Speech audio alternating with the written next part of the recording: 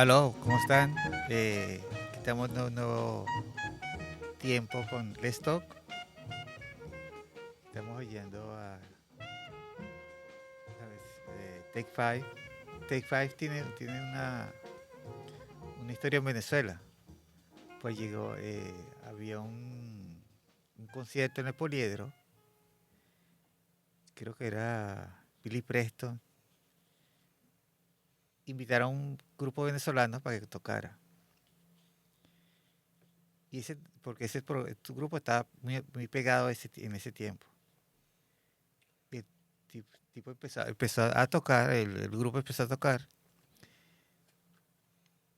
y los americanos dijo, pero eso no es de ellos. Y se descubrió la mentira, pero no es como la gente se arriesga. Le habían puesto Take Six. Mm, sí, aquí tenemos esta versión de hoy. Vamos a tener un invitado especial, Miguel Génova, y me gustaría hablar un poquito de la que estamos pasando aquí en Estados Unidos, que es eh, esta división entre los comunistas y los extremistas que yo no los entiendo. Quisiera entenderlo, pero... Porque es de los extremistas que dicen la supremacía blanca, todas esas cosas, pero parte son ignorantes porque el primer ser humano es negro. Yo he ido a muchas fiestas y en la mesa la gente empieza a hablar del examen del DNN, DNE, se me fue la palabra, ADN. ADN, y, y todos hablan que son blancos, suizos, no sé, y ninguno dice cuánto porcentaje de negro tiene. Entonces, todos venimos de África, no importa el color de la piel. Entonces, además, pertenecemos a la raza humana, entonces, ¿cuál es el problema? Que tenemos que ser diferentes. Y eso es lo que le da el ritmo, el ritmo a este mundo. Entonces vamos a darle la palabra a Miguel, que nos trajo un libro, después nos leerá unos poemas, y entonces me puedes hablar de... Aquí nos presentamos, aquí la gente se presenta. Bueno, en primer lugar, muchas gracias, Rafael, por invitarme a este programa.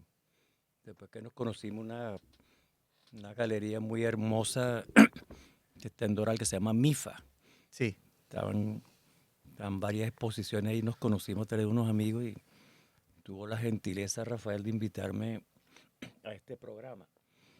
Y bueno, verá que apenas nos estamos conociendo, pero lo poco que hemos hablado siempre estamos como en una sintonía muy estrecha de lo que él hace y de lo que yo me propongo hacer, ¿verdad? Que es algo fue muy repentino y me invitó para este programa y me dice, bueno, en ese programa hablamos de todas las cosas y conversamos, como su nombre lo dice, ¿no? Un poco ahí refiriendo al tema que tú introduces sobre la cuestión de la división, ¿verdad? Que uno lo ve en muchas partes del mundo, ¿no? sí, ahorita eso está como de moda. No solamente en Estados Unidos, sino en Europa lo ve uno. Pero también si tú observas hacia atrás, también en mucha época ha pasado eso, ¿no? Ujú. La Europa de las guerras también fue unas divisiones terribles, ¿no?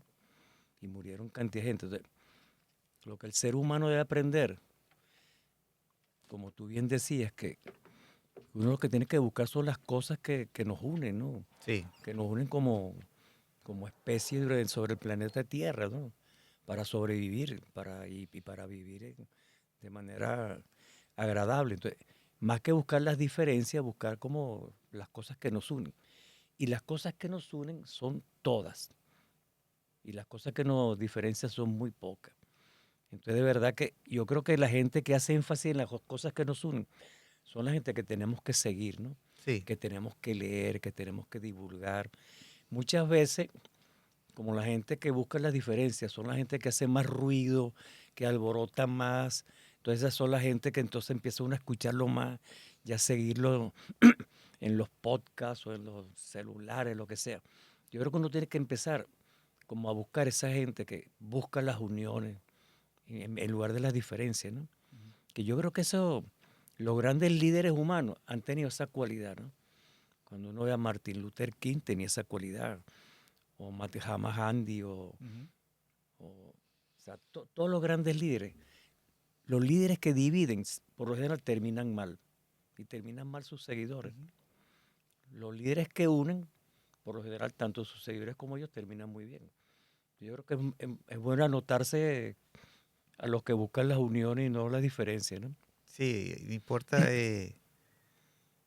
porque todos somos diferentes en cierta parte, todos nos gustan cosas diferentes, todos tenemos errores y cualidades.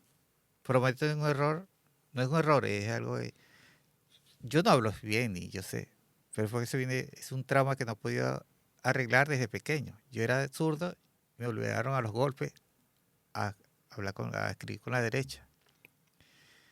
Y no fueron mis padres, fue una maestra, pero le hizo mucho daño a ese niño. Pero aprendiste a escribir por lo menos, ¿no? Pues bueno, me escribí. Feo, pero escribo. Bueno, está bien. Eso es Y entonces, importante, una vez yo le pregunté a Laí Ribeiro, no sé si lo conoce, un escritor brasileño. claro. Yo lo representaba aquí y dije, Laí, yo he hecho de todo para arreglar la letra. No me ayudó nada. Entonces me dijo, cierra la mano. Me dijo que tú eres zurdo. Oye, pero qué casualidad. Tú sabes que yo durante la primaria, mi letra era horrible. Escribía muy mal. Y bueno, yo no lograba mejorarla. Y no es porque sea derecho, yo soy derecho natural, no es por eso. Eso pero yo un día decidí que yo no podía seguir escribiendo así feo. Y entonces yo me inventé yo me acuerdo cuando estaba como en sexto grado, yo me inventé como un alfabeto mío con letras mías que son como letras de molde. Y de entonces yo escribo letras de molde y me olvidé de aquella cosa fea que yo escribía. Y yo escribo así, escribo seguido, escribo muy feo. Pero escribo con mi letrica y me gusta. Es una letra de molde que me es agradable, ¿no? Pero verá qué le pasó y yo cambié mi letra en un momento determinado. Ah, qué bien. Yo le he dado muchísimo porque yo no podía hacer esto antes. Yo tuve una primera entrevista en Caracas y el cerebro se me frizó. Y le he dado y he superado bastante. Para como era antes. Ahora, con la cuestión de la letra que tú, pero aquí últimamente he estado como estudiando bastante la parte del origen de la escritura, de Sí, dónde eso de viene. tantas escrituras. Ajá, y entonces, verá que es interesantísimo, ¿no? El otro día estaba escuchando un podcast ahí sobre la civilización sumeria, y ellos son los primeros que realmente hicieron como un alfabeto, ¿no? Que es la escritura cuneiforme, ¿no? Porque Ujú, todas las escrituras anteriores eran como con símbolos, ¿no? Dibujitos, ujú. dibujitos que significaba el dibujito y otras cosas más, ¿no? Pero los primeros que hicieron como un alfabeto como el que conocemos nosotros, que es un alfabeto abstracto, porque Ujú. la A, bueno, fueron los sumerios. Y a partir de ahí empieza la historia, porque la historia empieza, ¿verdad?, cuando uno empieza a escribir. Antes de la escritura del ser humano, le ha dado el nombre de la prehistoria, que no sabemos bien, lo hacemos por cuestiones que si las herramientas que utilizaban, Ujú. la, bueno, las figuras que dibujaban, que simbolizaban cosas, pero no tenemos claridad de cómo era esa. En cambio, a partir de que empezaron a escribir, conocemos casi todo, ¿no? Y a partir de los sumerios y los egipcios que tenían una escritora también, pero era una escritora más simbólica, empieza la historia del ser humano. Entonces la escritura, el hecho de uno tener buena letra, yo creo que es importante para la historia. Ya, he tratado, pero Y ahora como está la inteligencia artificial, Sí. me ahorra mucho trabajo. Bueno, tú decías que aquí no presentamos a la gente, pero mi nombre es Miguel Génova, como dije, yo soy ingeniero y trabajé mucho tiempo, ingeniero en telecomunicaciones, y he trabajado toda mi vida en telecomunicaciones en Venezuela y en algunos países de Latinoamérica, pero llegó un momento como que me cansé, bueno, la época de retirarse. Y yo siempre había sido muy aficionado a la poesía, ¿no? A leer poesía. Y llegó un momento que entonces decidí, ya hace como, será como unos 7, 8 años, que voy a dedicarme a escribir poesía. Voy a dejar de ser ingeniero. Bueno, uno no puede dejar de ser ese cuento, ¿no? Voy a dejar de trabajar como ingeniero y me dedicar a escribir. Y verá que entonces, y sobre todo eso tú que decías de la escritura, ¿no? Porque la poesía se basa en eso, se basa en el valor de la palabra, en el valor del sonido, del ritmo, de la rima. Entonces, de, de verdad que el ser humano tiene mucho que ver con ese aprendizaje, primero de la palabra y segundo de la escritura, ¿no? Lo que somos como seres humanos. Y la poesía es una de esas maneras de manifestarse. La palabra, en este caso la palabra escrita, pero también la palabra leída. Yo tengo un amigo que él lee muy bien poesía, ¿no? Que yo a veces cuando estoy escribiendo poesía, porque la cuestión del ritmo y eso es verdad que es importante, entonces yo se la mando para que él me la lea. Él vive en Caracas, entonces me la manda grabada para ver cómo suena. Entonces me ayuda con, con el sonido de esa poesía que yo he escrito, porque tiene que ver una cosa con la otra, la palabra y el sonido, ¿no? Y el ritmo. Hay algunos que dicen, algunos estudiosos de la literatura y la poesía, que antes la palabra fue el ritmo. El ser humano, antes de, de definir con un vocablo un objeto, que si la luna, eso se llama luna, antes de eso eran con ritmo, eran con sonidos que después se fueron transformando en música y esa es la relación de la música también con la poesía, ¿no? Entonces digamos que ese origen del sonido, la palabra, eso es lo que nos hace de verdad como nos transformó en lo que somos como seres humanos, ¿no? Más allá de esas diferencias que yo creo que son pequeñas. Y tú ves que todos los seres humanos de todas las nacionalidades, todos los orígenes, todas las etnias, todos tenemos esos sonidos, la palabra, son diferentes idiomas, pero todos, y ahora como tú decías, con la inteligencia artificial, traducimos todo rapidito y Rapidito. no entendemos rapidito, o sea, no tenemos problema. Entonces yo creo que esa cuestión de que yo me puse a dedicarme a escribir poesía y ahora ahondar, digamos, con la gente que ha escrito sobre estos temas, ¿no? Borges, Octavio Paz, o sea, que se han penetrado en esta temática. Es la importancia Sí, es importante. de la palabra y el sonido y el ritmo, que muchas veces uno de manera intelectual, de repente uno le da más valor a la palabra escrita que a la palabra como sonido, ¿no? O la canción, lo que o el jazz, lo que sea. Entonces, ambas cosas es lo mismo, están muy relacionadas, ¿no? Y en la poesía uno tiene que tener cuidado con las dos cosas, ¿no? Sí. Con la estructura y con el ritmo de la propia poesía, ¿no? Y a veces no entiendo las que son muy largas. Ajá. Ah, bueno, con mi libro va a disfrutar porque yo escribo minimalistamente, lo mío es muy Es lo corto. mejor. Yo antes escribía, pero máximo 2 líneas. Pero llegó un momento que se cortó esa comunicación y no Sí, y así yo trate. las musas te abandonaron. Sí. Pues yo pienso que uno no crea nada. Uno es un canal y uno lo. Pero Claro, yo cuando me decidí empezar a escribir poesía, aparte de leer y escribir, empecé también a ir a conferencias, talleres en Venezuela con gente poeta. uno por cierto, fue Rafael Cadena, que le acaban de dar el año pasado, le dieron el premio Cervantes. Pero uno de los poetas que más me influyó a mí en la manera de pensar la poesía y cómo expresarla fue Armando Rojas Guardia, ¿no?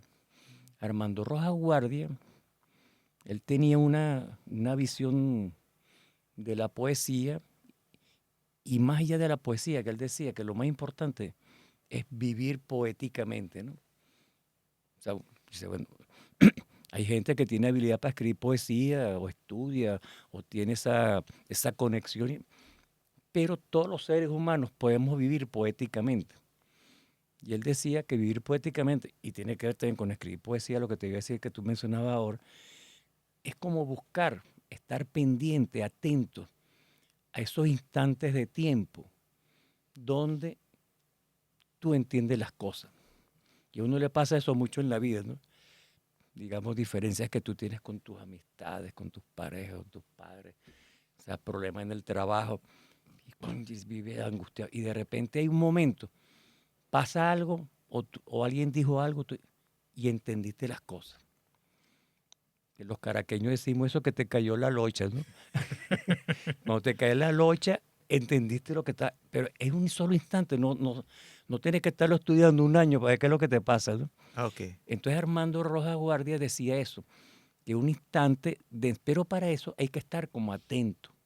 Es la atención lo importante en la poesía, estar atento a todo lo que pasa. Por ejemplo, ahorita estamos hablando tú y yo, pero este es un instante importante.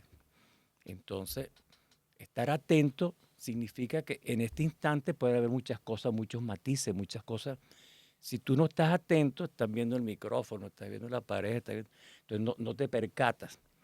Entonces la poesía consiste en esos instantes que tú atrapas los sentidos de los objetos, de las sensaciones, de las situaciones. Y entonces yo aprendí a esa cosa y lo practico, ¿no? Esa cuestión de estar. Y el libro, el título de este segundo libro que escribí es en honor a él. Son Instantes sin tiempo, se llaman. Y háblanos del libro, por favor. Claro. Este libro tiene mucho que ver con esa visión de esa poesía, que es una cuestión como puede ser de una revelación que viene de afuera hacia adentro, pero también puede ser de algo que tú tienes adentro y logras mediante la visualización de alguna sensación sacarlo y expresarlo. Entonces digamos que son como esos dos movimientos que tú mencionabas ahorita, es que de afuera no me viene nada. Ajá, pero yo te iba a decir, hay una parte de afuera, pero hay otra parte de adentro que Sí. tú puedes trabajar también. No tienes que estar esperando que la musa se comunique contigo. Tú también Ok. puedes hacerlo. Entonces, mucho de este libro tiene que ver con eso. Tiene que ver con esos instantes, esos momentos, digamos, que te producen, digamos, conocimiento, te producen placer, te producen felicidad, te producen éxtasis, te producen muchísimas cosas, ¿no? Entonces, el, el maestro Rojas Guardia él se refería mucho a esta manera de ver y de entender la poesía, y lo llamaba como instante denso. Y después yo me he puesto a estudiar y verá que la mayor parte de los poetas coinciden en eso, que siempre unos lo llaman de una manera, otros lo llaman de otra manera. Revelación. También la gente mística también tiene este tipo de aproximación, ¿no? O sea, que vienen los retiros espirituales, tienen que estar concentrándose, eso. Y también, por ejemplo, los budistas con la meditación, digamos, el nirvana, buscar esos momentos donde tú empiezas a entenderte a ti, empiezas a entender al mundo, ¿no? Entonces, un poco este libro tiene esa orientación. Yo ahora estoy trabajando en algo parecido, pero en lugar del tiempo, del espacio. De esos espacios, de esos trozos, ajá, que te dicen muchas cosas.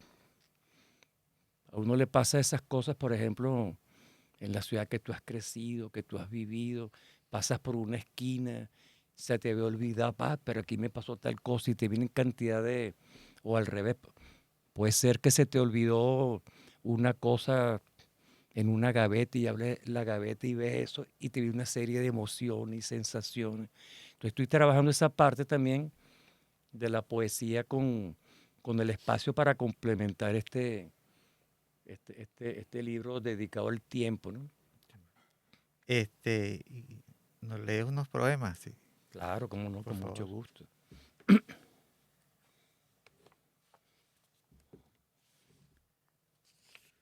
Bueno, tengo una cierta dificultad porque me acabo de hacer un examen oftalmológico, tengo la pupila dilatada. No te preocupes. Porque espera que me van a pasar aquí unos anteojos para ver si mejora la visión.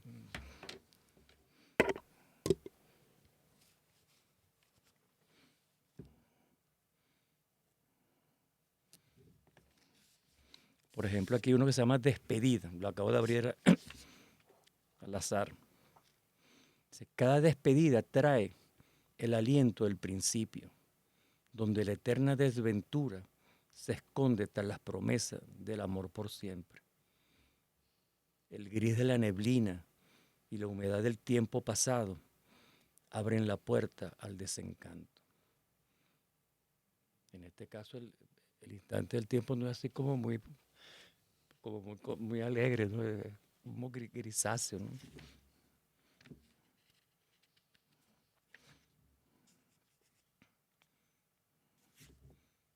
Vamos a buscar otro por acá. Vamos a buscar uno de los que te gustan a ti, mira, de 3 líneas. Wow. Se llaman hojas. Las hojas largas crecen muy empinadas hacia la vida.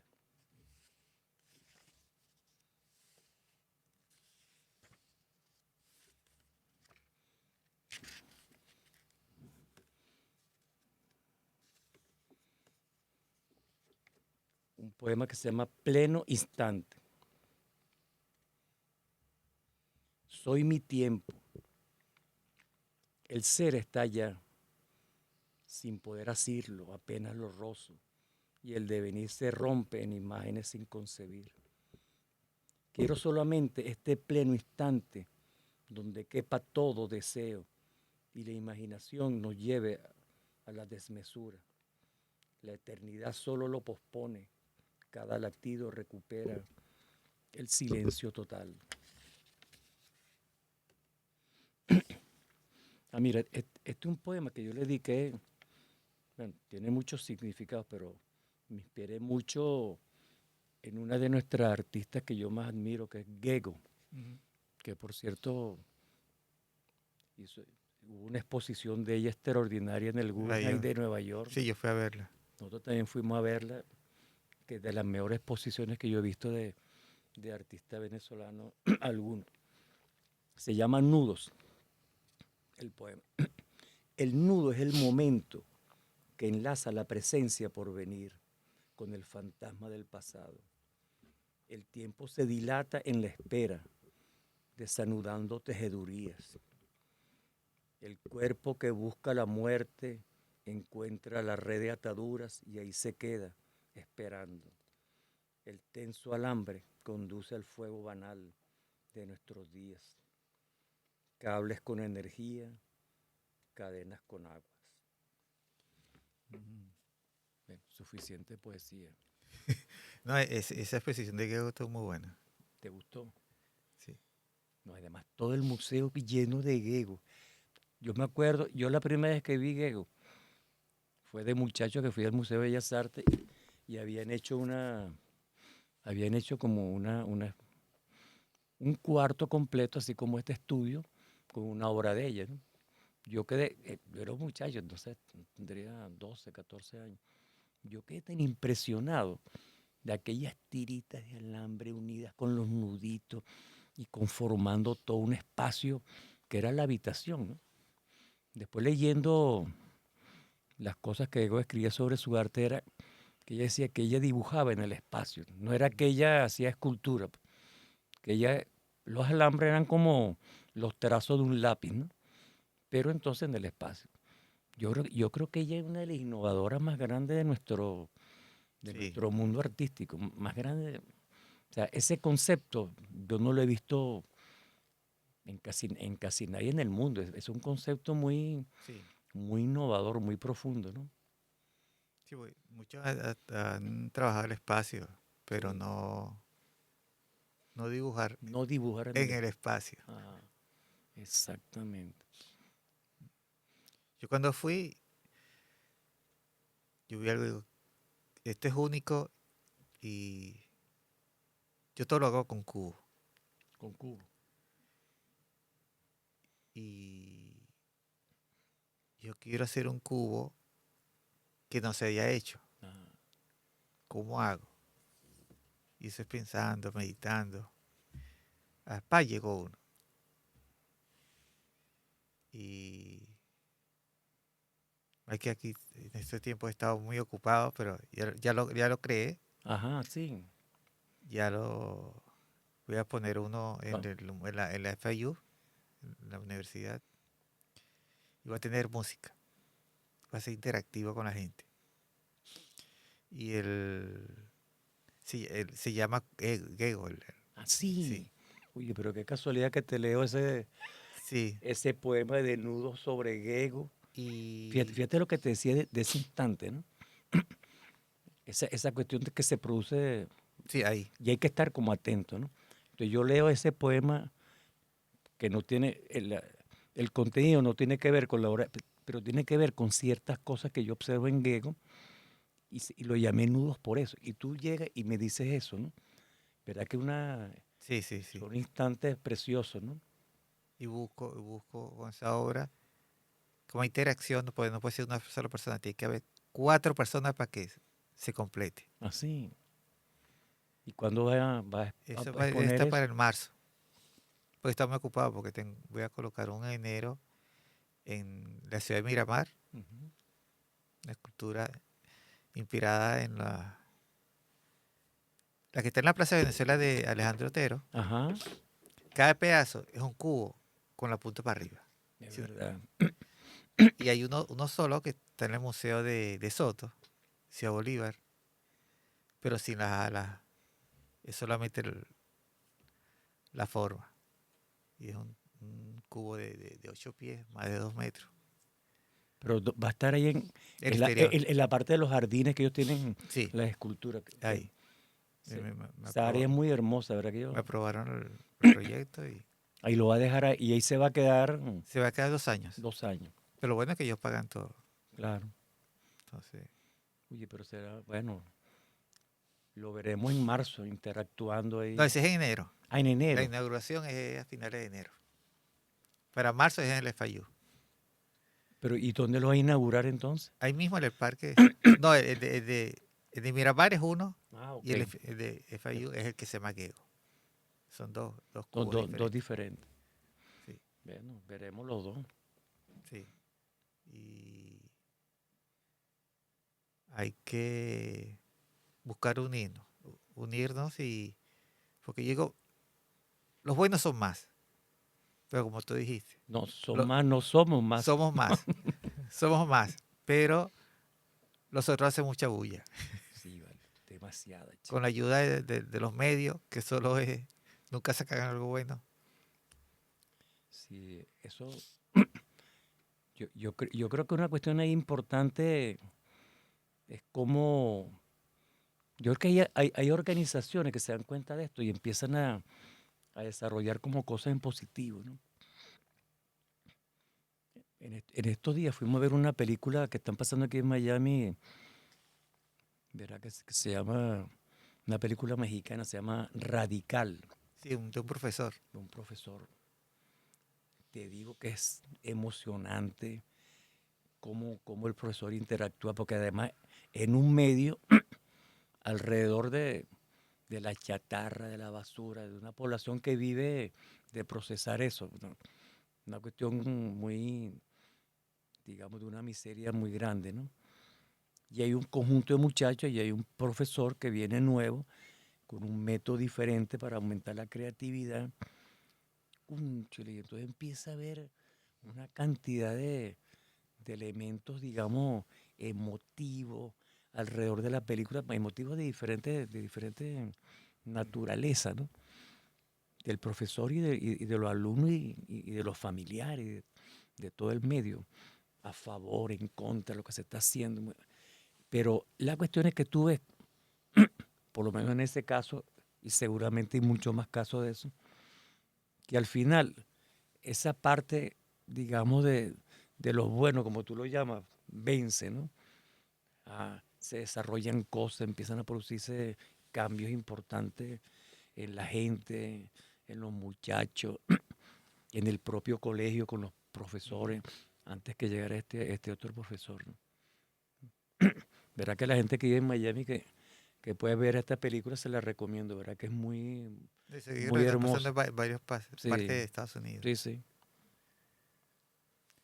Eh, Cuando estamos en la Galería MIFA, la conversación, hablamos del vacío. Ah, verdad.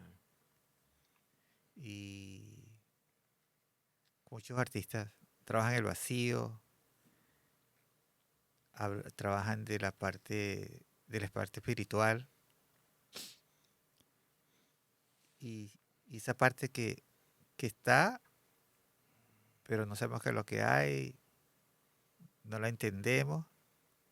Y a veces le llamamos vacío porque no es nada, pero no es nada que nosotros no podemos percibir. Claro, tú sabes que hay una cuestión ahí como que es filosófica y a veces suena así como, bueno, o sea, como que obvio, pero no es tan obvio, ¿no? Que es, por ejemplo, en filosofía esa dicotomía entre el ser y el no ser, ¿no? Que sería algo parecido a lo que tú dices, ¿no? El ser es lo que no está vacío y el no ser es lo que está vacío. Pero cuando yo digo O no la forma y ser, no forma. claro, pero cuando yo digo no ser, ya le estoy dando existencia. Al ser. O cuando yo digo vacío, ya es algo, bueno, que yo no sé si será vacío o no, pero ya es algo, ¿no? Entonces, por ejemplo, mi primer libro, ¿verdad que mi primer libro de poesía es sobre otra cosa que a mí siempre me ha perseguido que se llama Encuentros con el silencio. El silencio es el vacío de sonido, de palabra. Pero entonces eso que yo te mencionaba antes, ¿no? De leerme a poetas de esta naturaleza. Creo recordar que es Octavio Paz el que lo dice, ¿no? Que el poeta siempre está buscando como el vacío, que es una contradicción. El vacío no el silencio, ¿no? El vacío de la palabra. Que la poesía nace de esas palabras que empiezan, ¿no? Pero que el destino de la poesía es volver a regresar de donde salió. Y el sitio donde salió fue el silencio. Porque la primera palabra salió, no había ninguna otra palabra, salió el silencio. Entonces la cuestión del vacío es interesante, igual que en filosofía el ser y el no ser, ¿no? Que el vacío es algo. Ahora, ¿qué es? Bueno, el vacío Para mí, el vacío es Dios. para ti. Y porque está en todas partes.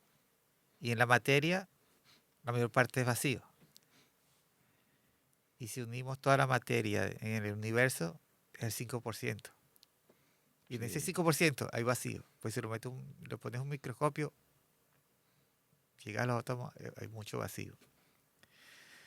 Hay un psicólogo que dice eso del silencio, está refiriendo que es el vacío flexible, que es como encontrarse uno y llegar como a la base para poder volver a crecer. Y muchos artistas lo utilizan, no importa el arte.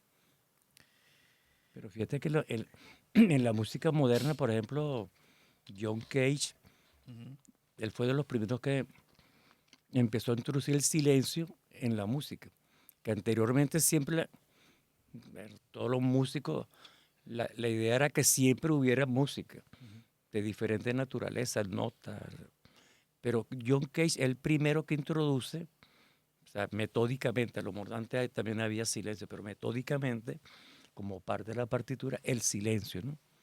Y entonces, a partir de ahí, bueno, ya Ya la música moderna contemporánea puede hacer uso de ese no ser que antes no lo utilizábamos, ¿no?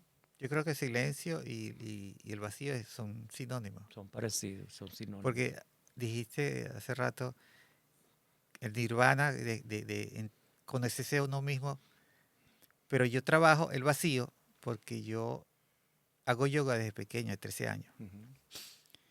Y ya a los 16, 15 años, yo estaba en un grupo de Gurdjieff.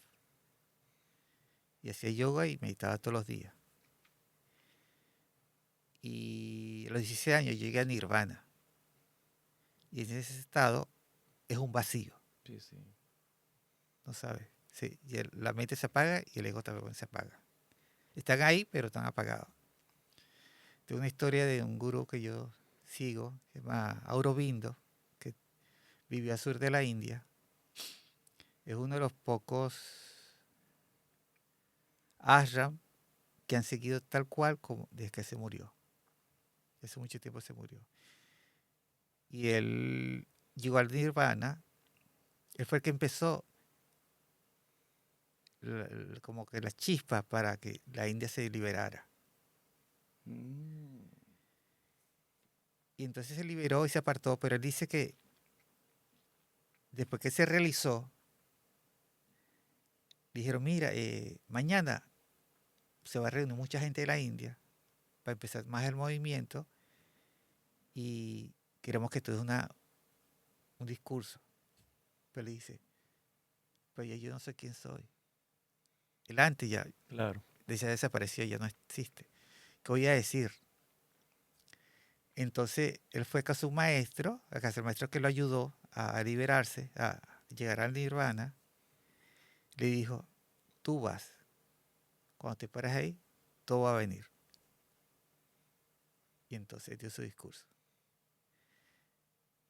Después se fue al sur de la India, montó su ashram y es un lugar bien, bien bueno y mayormente hay una comunidad que se llama Auroville, que está supervisada por la UNESCO y toda la gente es muy especial. Y son gente de toda parte del mundo. Y entonces yo fui a la India porque estoy en Nirvana y yo tuve 3 meses. Y después se fue. Entonces, durante mi vida ha venido por minutos, segundos. Entonces, casi tengo ya para volver, pero yo me quiero quedar ahí.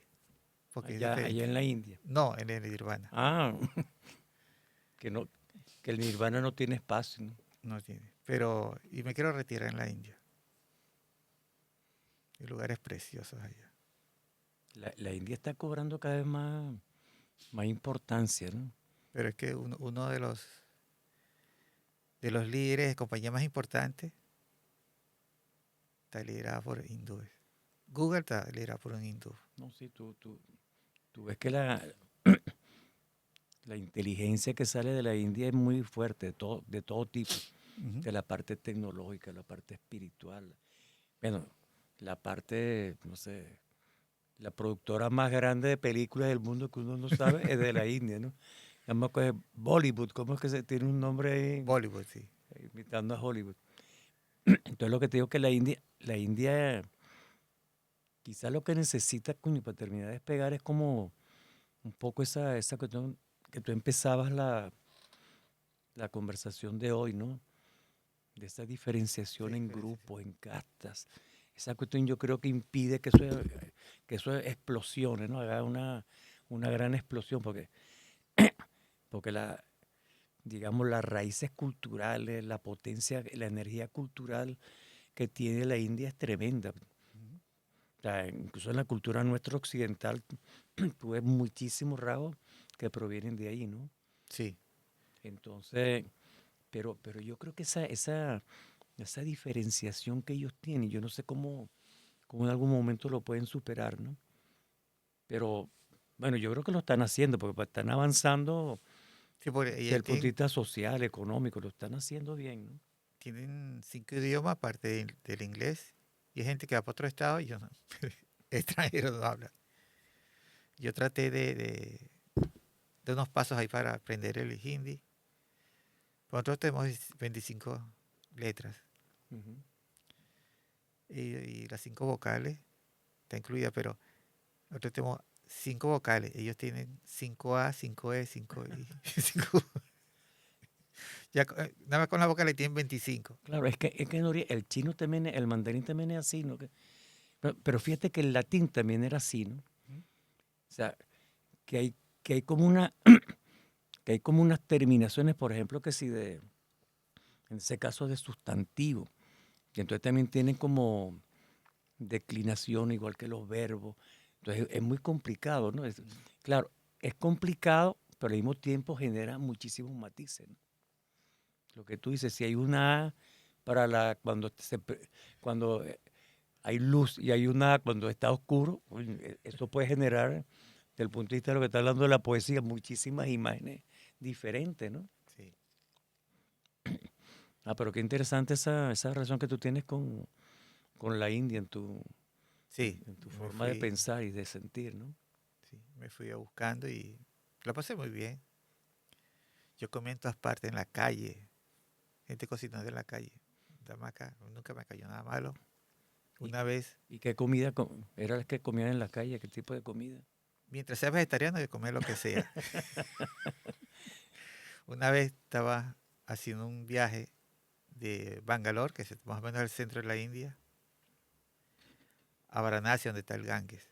Ujú. Y yo fui con la mamá de mi hijo. Ese tiempo nos fuimos por allá y el tren duramos como 2 días sin comer, porque no, en la próxima estación conseguimos algo más limpio. Llegó un momento y le dije, mira, Vamos a la comer lo que próxima, venga. los que se consiga, y se paró el tren y está un muchachito con varias como croquetas fritas, y está mano sucia y las uñas sucias. Dame acá, busca más. Y yo le dije, ya comete eso en nombre de Dios. A mí no me pasó nada. No, Y ¿verdad? llegamos de ahí, y ahí yo no, ese viaje no fue un viaje anterior. Yo me iba a bañar en los Ganges. Pues la gente, mayormente la gente se va a Rishikesh, que es limpiecito. Y dije, no me baña ahí, donde queman a la gente, donde se lava, donde todo, que no esté limpio. Porque para mí, mi experiencia fue que hay 2 ríos. El río que uno ve físico y un río espiritual. Depende en cuál tú te bañas. Y esa era una mayor experiencia eh, de mi vida. Pasé la corta. Después que yo salí del río, salí muy cargado de energía, tanta energía que yo no podía controlar. Yo estaba con un grupo y le dije a ellos, mira, yo lo llevo al hotel porque tengo que hacer algo. Lo llevé al hotel y una de las señoras me dijo, ¿te puedo acompañar? Sí, vamos. Yo sabía que hay ciertos barberos que le enseñan otras cosas, aparte de cortar el pelo, a masaje y controlar la energía y toda esa cosa. Todo eso relacionado a eso. Y yo visité uno y lo veía, no, este no es. El quinto lo vi, él me vio, le dije, me senté, esperé mi turno hasta que me dijo, pasa, me cortó el pelo y empezó a darme masaje después. Le pagué y me fui. Yo nunca le dije a él qué tenía que hacer. ¿Qué sentía yo? Nunca. Cuando terminó, yo sentí la misma energía, pero ya estaba controlada todo. Bajo control. Y mi amigo, ¿pero qué pasó? Después yo le expliqué. Pero por eso es que el vacío, nosotros no podemos ver qué es lo que hay. Nuestros sentidos no pueden ver ni captar lo que hay. Entonces debe haber algo que nosotros no captamos. Sí, es una cuestión de verdad, del punto de vista, o sea, por ejemplo, del punto de vista de lo que pensamos en Occidente, ¿no? ¿Cómo pensamos? O sea, cualquier idea que uno produce, independientemente que sea así o no, yo no sé, uno dice que eso existe, pero yo digo vacío, y lo conceptualizo. Entonces, no importa que yo no lo pueda ver ni lo toque, eso existe ya. Que era lo que decía, por ejemplo, Platón decía que el universo es el universo de las ideas, ¿no? Y las ideas son eso, el vacío, o la democracia, o el amor, o la felicidad, o el camino, no sé. O sea, y que nosotros somos como representaciones de esas ideas que existen, ¿no? Entonces, bueno, de ahí viene toda una corriente en Occidente del idealismo. Bueno, en la Biblia lo dice, al principio la Biblia dice, primero fue el verbo, primero fue la palabra, primero fue la idea y después viene el universo, los planetas, los animales, pero primero fue algo o alguien dijo eso, ¿no? O sea que en Occidente también tenemos mucha y yo creo que muchas de esas ideas vinieron a través de la India, ¿no? Porque uno revisa la historia y muchos de esos pueblos donde se dieron las grandes culturas, las primeras culturas nuestras, Egipto, Asiria, que te estaba diciendo ahora, Sí. después la parte de los fenicios, los griegos, esa zona de ahí, ellos tienen mucho contacto con la India, de diversas naturalezas, no solamente política o militar, sino también espiritual. En Kashmir hay un lugar que yo dice que Cristo fue a morir ahí. Bueno, yo he leído mucho de esa. Pues yo creo en Cristo, no creo en las religiones, una vez no creo en el diablo, pues ese es un personaje que inventaron. Una vez me fui a las 12 de la noche, pasé toda la noche en un cementerio, le dije, ven pues, Y no no me apareció. parece nada, ese es un invento. Sí, Entonces, para mí eso fue para manipularlo. claro, eso lo inventaron, como empezamos nuestra conversación, ¿no? Entre lo bueno y lo malo, eso lo inventaron los malos, Lo malo. para justificarse ellos, ¿no? Sí, exactamente. Entonces, para mí, los menos que creen en Dios son los curas y los pastores. Porque no todo, hay ciertos, bueno, yo creo en San No Francisco sé. de Asís, en San Martín de Porres, pero han hecho tanto mal que si creyeran realmente en Dios, no hicieran tanto mal. No, pero en todo caso, más allá como de las personas, lo que hacen Sí, la eso, persona. es como la idea es que uno puede, digamos, extraer de esos pensamientos, ¿no? Por ejemplo, yo creo, como tú decías, yo no soy creyente religioso, ¿no? Pero a mí sí me gusta estudiar las religiones Sí, porque sí, yo sí, creo sí. que ahí en la religión es un producto del ser humano muy importante, igual que un libro de poesía, Sí, sí, que, sí. que un cuadro, que el cubo ese que tú, o sea, en esas expresiones religiosas hay mucho eso, de esas cuestiones humanas de mucho valor. Entonces, por ejemplo, yo creo que eso que tú decías de Jesús, la doctrina que trae Jesús en ese momento y que tardó muchos siglos después en expresarse, yo creo que ahora es que está como en desarrollo, que es una religión del amor, del Sí. perdón. Para mí que él vino, perdón, que él vino a dar así como te dije, pero algo para evolucionar. Claro, porque es que lo Y que teníamos antes esas religiones de antes eran, que mi pueblo es mejor que el tuyo, entonces yo te voy a matar, y mi Dios es mejor que el tuyo, sí, y mi Dios, los griegos, los romanos, todo el mundo tenían unos dioses muy peleones, con espadas y caballos. sí, En cambio, Jesús es el primero que trae el amor como parte de esa religión. sí, ellos Y, dieron, y que es un valor muy grande, ujú, que tenemos nosotros y que algunas veces lo ponemos de lado, pero yo creo que siempre cuando tenemos muchas crisis, yo creo que hay que recurrir a esos valores positivos, sí, igual que a los líderes positivos, ¿no? yo creo que colocaron el amor, pues no dieron todo, la parte de evolucionar de una conciencia superior. Claro. Yo pienso que no lo dieron porque pensaron, si esta gente evoluciona, nos quedamos solos. No, no creo que se queden solos, No, van a ir. claro. Yo no creo en los pastores, pero oigo un pastor se llama Joel Osteen, que es muy bueno, que trabaja en positivismo, eh, el trabajar, pero no trabaja la culpa. Y entonces yo lo oigo. Sí. Yo veo que no es que yo tenga la verdad, esa verdad es mía. Dependiendo de- Sí, porque fíjate que cuando la doctrina de Cristo, que pues la religión cristiana y la religión católica, pero antes que esa cuestión se profundice en esos valores que te estoy diciendo, esa misma gente que manejaba eso lo utilizaba igual que los dioses antiguos, que vamos a hacer una cruzada. Y entonces, ajá, con la cruz de Cristo iban a matar gente igualito, ¿no? No puede ser.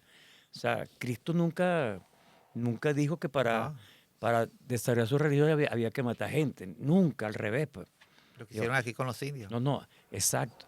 Por ejemplo, él decía, si te dan una cachetada, pone la otra mejilla. O sea, no, el cristianismo es una religión de la no violencia, pero los cristianos muchas veces han sido violentos y siguen siendo violentos. Entonces, esa parte, digamos, del amor y la no violencia que tiene la religión de Jesús, yo creo que es un valor extraordinario que está en la humanidad en este momento y que él trajo, ¿no? Ese Hay, pensamiento, ¿no? hay algo que yo vi el otro día, no me acuerdo muy bien, pero una persona estaba agrediendo a la otra verbalmente y otra vez le decía como, pero yo te quiero.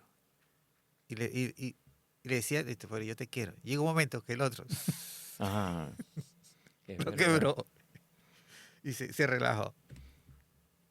Yo vi una película, ahorita no recuerdo el nombre, hace muchos años. Una película era noruega o danesa. Trata de ese tema, que era de un par de niños que estudiaban. Uno era muy tranquilo y otro era muy violento. Entonces, no sé, una vez le pegó, lo agredió. Entonces se fueron, el papá de este muchacho agredido fue a hablar con la otra familia, qué Ujú. pasaba. Pero resulta que el padre del niño violento era más violento que el niño. Era Era aprendido. el modelo aprendido. Entonces, en la conversación, en la discusión con el otro padre, le cae a golpe igualito que le había caído. Pero el padre no se defendió. Le dio golpe. Después el hijo de él, cuando se va, dice, coño, papá, ¿y por qué no te defendiste? O sea, ¿cómo permites tú que ese señor te dé golpe? O sea, es que ese es el ejemplo que yo te estoy dando a ti. O sea, si yo lo agredo a él, me defiendo, le doy golpe, todo lo que yo quería demostrarte que le estaba diciendo a él, no tiene... O sea, yo hago... Y al final de la película, lo que yo recuerdo era que no recuerdo los detalles, la cuestión era que a partir de ese valor de la no violencia, Ujú. que se resuelve una serie de problemas que estaba en esa comunidad, ¿no? Bueno, que Gandhi hizo eso Gandhi, mismo sí, lo que te iba a decir, Gandhi en la fue, India, ¿no? A porque, través de la no violencia. Eso no lo ha conseguido ningún pueblo, chico, ¿verdad? porque él sabía que los ingleses no se podían rayar Matando a ese poco de matando a gente. poca gente y fue mucho más inteligente que los No, ingleses. ya que una marcha que hizo era para buscar sal, era buscar sal en el mar, para no comprar sal. Como, ahorita no recuerdo exacto, pero fue una gran marcha por una cuestión Sí. como muy pequeña, ¿no? Ujú, Que era obtener sal. No, Gandhi es una expresión de esa cuestión, de esa sí. doctrina cristiana. Ujú. Yo leí un libro que era una novela, novela ficción que hablaba sobre eso de esos viajes de Cristo a la India, ¿no? Eh, eso de Gandhi es, fue algo que yo creo que ninguno se esperaba que él iba a hacer eso. Para mí fue un jaque mate ahí. Ahora fíjate que otro punto eso de unión, de esa cuestión que a mí me gusta investigar en mi poesía de instantes fíjate, Gandhi fue abogado en Sudáfrica y él era un abogado, bueno, y él aprendió ahí ciertas cosas que después llevó a, yo, yo no estudié en profundidad eso, pero él de ahí salió con otro propósito de su vida, ¿no? Y fíjate tú, ahorita pensando aquí en voz alta contigo, que de ahí mismo sale Mandela con algo similar, ¿no? Ujú. Después de haber sido también abogado y propulsor de la violencia, o sea, como venganza, y después de alguna manera entiende algo parecido a lo que Gandhi también entendió en ese mismo espacio que es Sudáfrica, ¿no? Yo creo que el africano no entendió cuando entendió las olas. Porque se lanzó por el precipicio y sabía que todo el que se lanza por ahí iba a morir. Tanto Ujú. tiempo que bien que entendió la marea y la ola correcta para... Sí. Sí, sí, Voy a sí. pensar en esa cuestión ahí de Mandela y Gandhi en Sudáfrica, llegando a esa conclusión Ujú. de cómo, como líderes más que políticos, como líderes de grupos humanos importantes, ¿no? Ujú. Sí. No, ha habido mucha gente importante. Yo no entiendo mucho cómo fue el cambio de los musulmanes, porque hay historias que los musulmanes eran muy, muy abiertos y había un rey que le gustaba aprender otros idiomas y él decía, aquí me traiga un libro que yo no tenga, le doy ese libro en oro. Y eran abiertos a todo, a aprender, pero después no sé qué pasó. Claro, que hayan habido como, igual que en el caso de los cristianos, en el caso de los cristianos, esa religión tiene muchas interpretaciones, ¿no? Sí, Entonces, en el caso de los cristianos, recientemente en el siglo XX, yo creo que a partir del Papa, ¿cómo se llama? El Papa, bueno, pues, el que vino después de Pío XII, no sé. ¿cómo se llama? Bueno, ¿quién? Juan 23, claro. Mm, Yo creo que Juan 23 le dio como un contenido diferente, mm, que empezó a sacar a flote toda esa cuestión que tiene la religión cristiana, que es el amor, la bondad, la, mm. la empatía, entender al otro, ponerme en la situación. ¿Verdad que yo creo que hasta ese momento había como muchas corrientes y había muchas corrientes muy agresivas, ¿no? Mm. Bueno, desde las cruzadas hasta la guerra esa entre los propios cristianos Ujú. de católicos contra protestantes que fueron terribles. O sea, pero ese no es el contenido del cristianismo. El No. contenido del cristianismo, el que empezó, yo creo que en el siglo XX, a florecer, a hacer otras cosas, ¿no? Y a ver al otro. Y fíjate que el cristianismo cambia en ese sentido, también que dejó de considerar al que no era cristiano como un enemigo, al revés, pues, ¿no? Mm. O Sí, sea, ahorita es está feo. diferente. No, no da tiempo por otras teorías con respecto a eso, pero te la cuento otro día. Muchas gracias por venir. No, Fue gracias a ti, un Rafael. gusto y nos volvemos a oír en un nuevo Let's Talk. Hasta luego. Hasta luego. Gracias.